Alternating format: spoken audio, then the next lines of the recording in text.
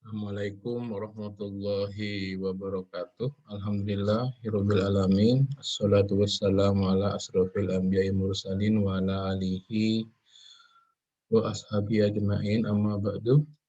Yang saya hormati adik-adik, rekan-rekan mahasiswa di rumah masing-masing.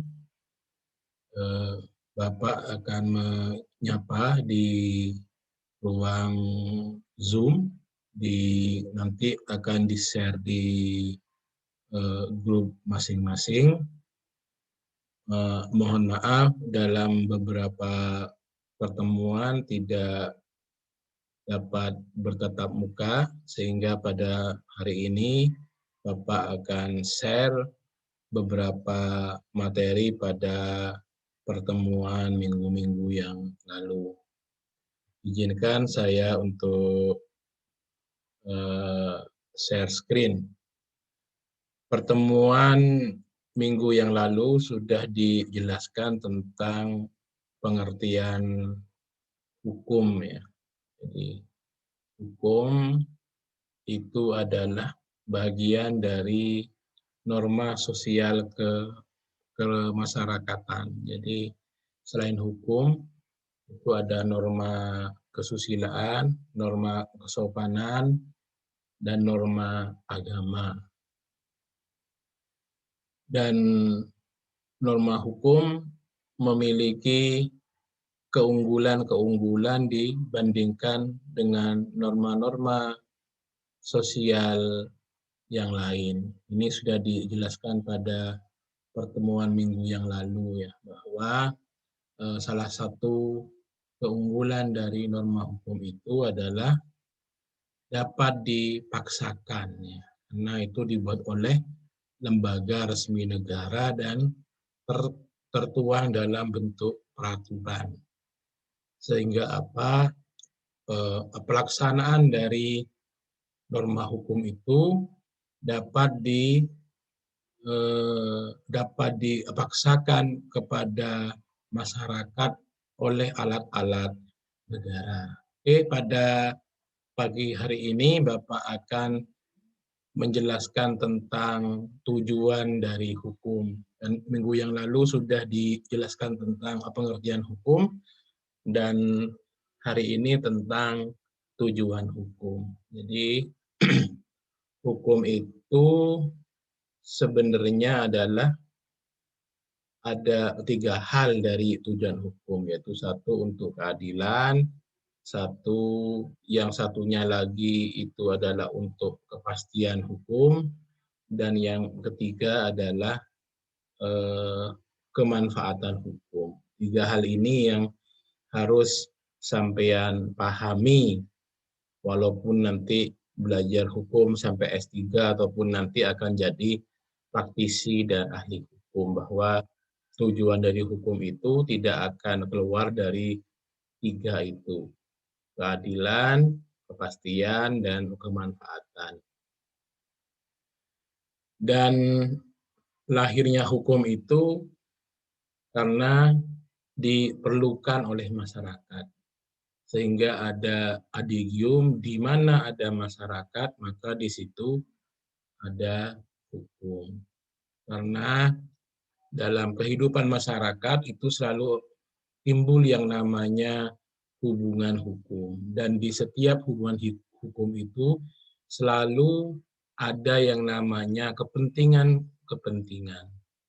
Dan setiap orang itu akan memperjuangkan kepentingannya sendiri. Ada hubungan ekonomi, maka di situ akan muncul yang namanya motif ekonomi. Bagaimana dengan modal yang sedikit-sedikitnya akan memperoleh keuntungan yang sebanyak-banyaknya. Orang bebas untuk itu, tapi dibatasi oleh hukum, yaitu ada namanya hukum jual beli. Artinya kalau orang yang jual itu harus menyerahkan barang, dan orang yang membeli itu harus menyerahkan uang sesuai dengan yang diperjanjikan. Ini hubungan timbal balik yang dilindungi oleh undang-undang. Ada yang namanya nanti prinsip ataupun asas dalam perjanjian. Kita bebas untuk melakukan dengan siapa saja dalam hal perjanjian. Harus ada kesepakatan. Terus barang yang dijual itu harus memang miliknya. Nah, itu yang Bapak contohkan dalam bidang ekonomi. Bidang yang lain banyak, politik, bidang sosial, bidang kemasyarakatan, itu selalu akan timbul yang namanya hubungan timbal balik.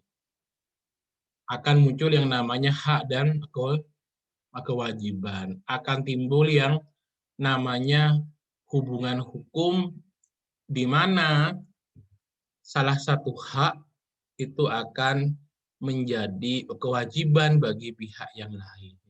Ada hubungan timbal balik. Sehingga apa? Bila masyarakat mengikuti aturan hukum, maka yang timbul adalah keadaan yang damai, tentram, ya.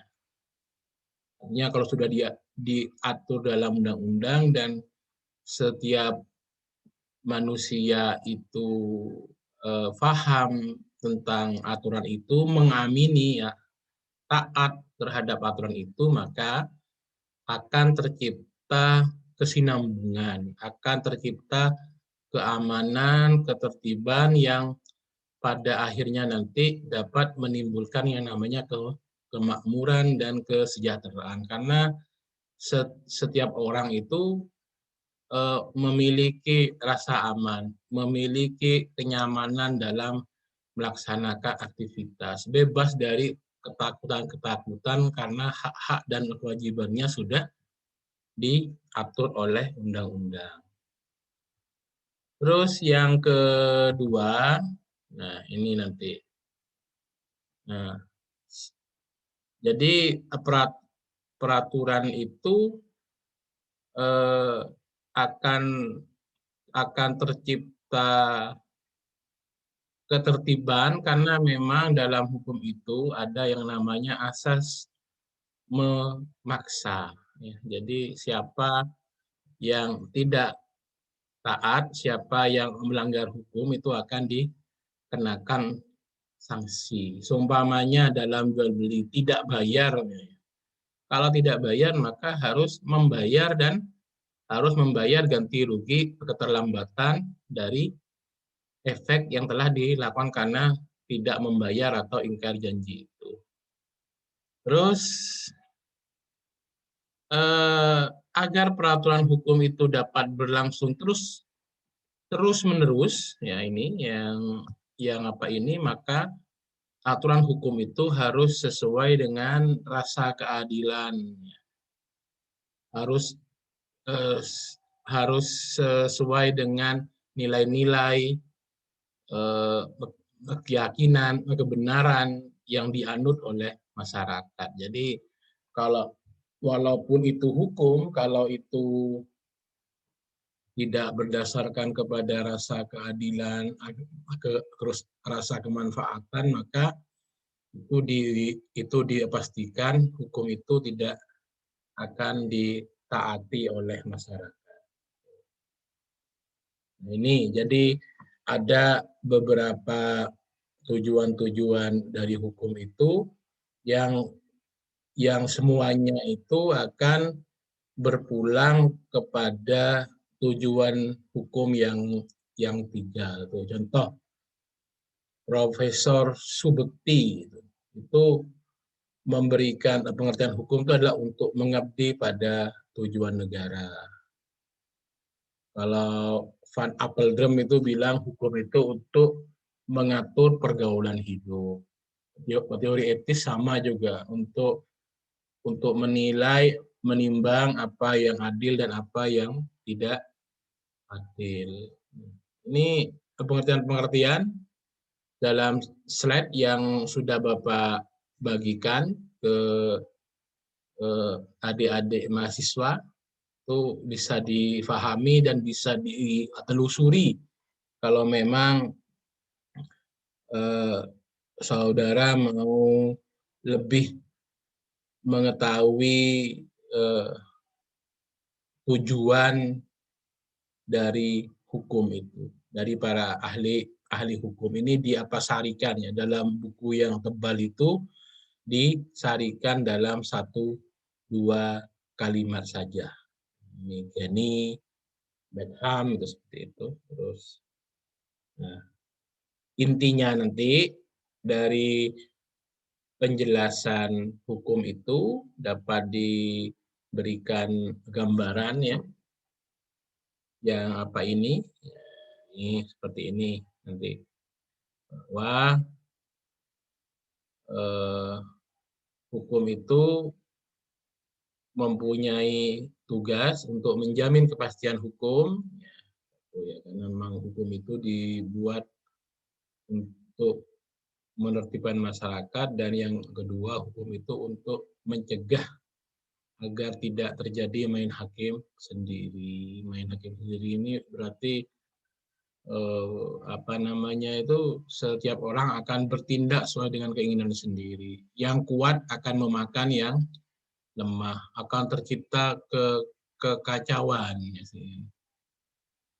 Dan bila terjadi pelanggaran hukum, tiap perkara harus diselesaikan melalui proses pengadilan dengan ketentuan yang berlaku. Jadi kalau ada haknya merasa dilanggar, maka harus diselesaikan di pengadilan. Ini peranan hukumnya ini. Jadi masyarakat di sini, bahwa tujuan hukum itu bahwa untuk menuju masyarakat yang tertib, tentram, itu harus ada yang namanya hukum, di mana hukum itu mengatur dan menentukan hak dan kewajiban serta melindungi kepentingan individu, sosial, dan kepentingan individu. Ini pengertian hukum menurut Van Loon. Tujuannya ada 6. Menertibkan masyarakat, ya, mengatur pergaulan hidup, menyelesaikan pertikaian, konflik, ya. Jadi kalau ada konflik, ada sengketa, maka itu harus berulang kepada hukum, ya. Memelihara dan mempertahankan tata tertib aturan jika perlu dengan kekerasan, nih, karena hukum itu dibuat oleh negara, maka semua alat-alat negara wajib untuk mengamankan hukum. Yang keempat, memelihara dan mempertahankan hal tersebut. Yang kelima, mengubah tata tertib aturan dalam rangka penyesuaian dengan kebutuhan masyarakat. Dan yang terakhir adalah memenuhi tuntutan keadilan dan kepastian hukum dengan cara merealisasikan fungsi-fungsi hukum. Ini dulu yang bisa Bapak berikan, nanti akan dilanjutkan dengan materi yang lain. Bapak akhiri, wassalamualaikum warahmatullahi wabarakatuh.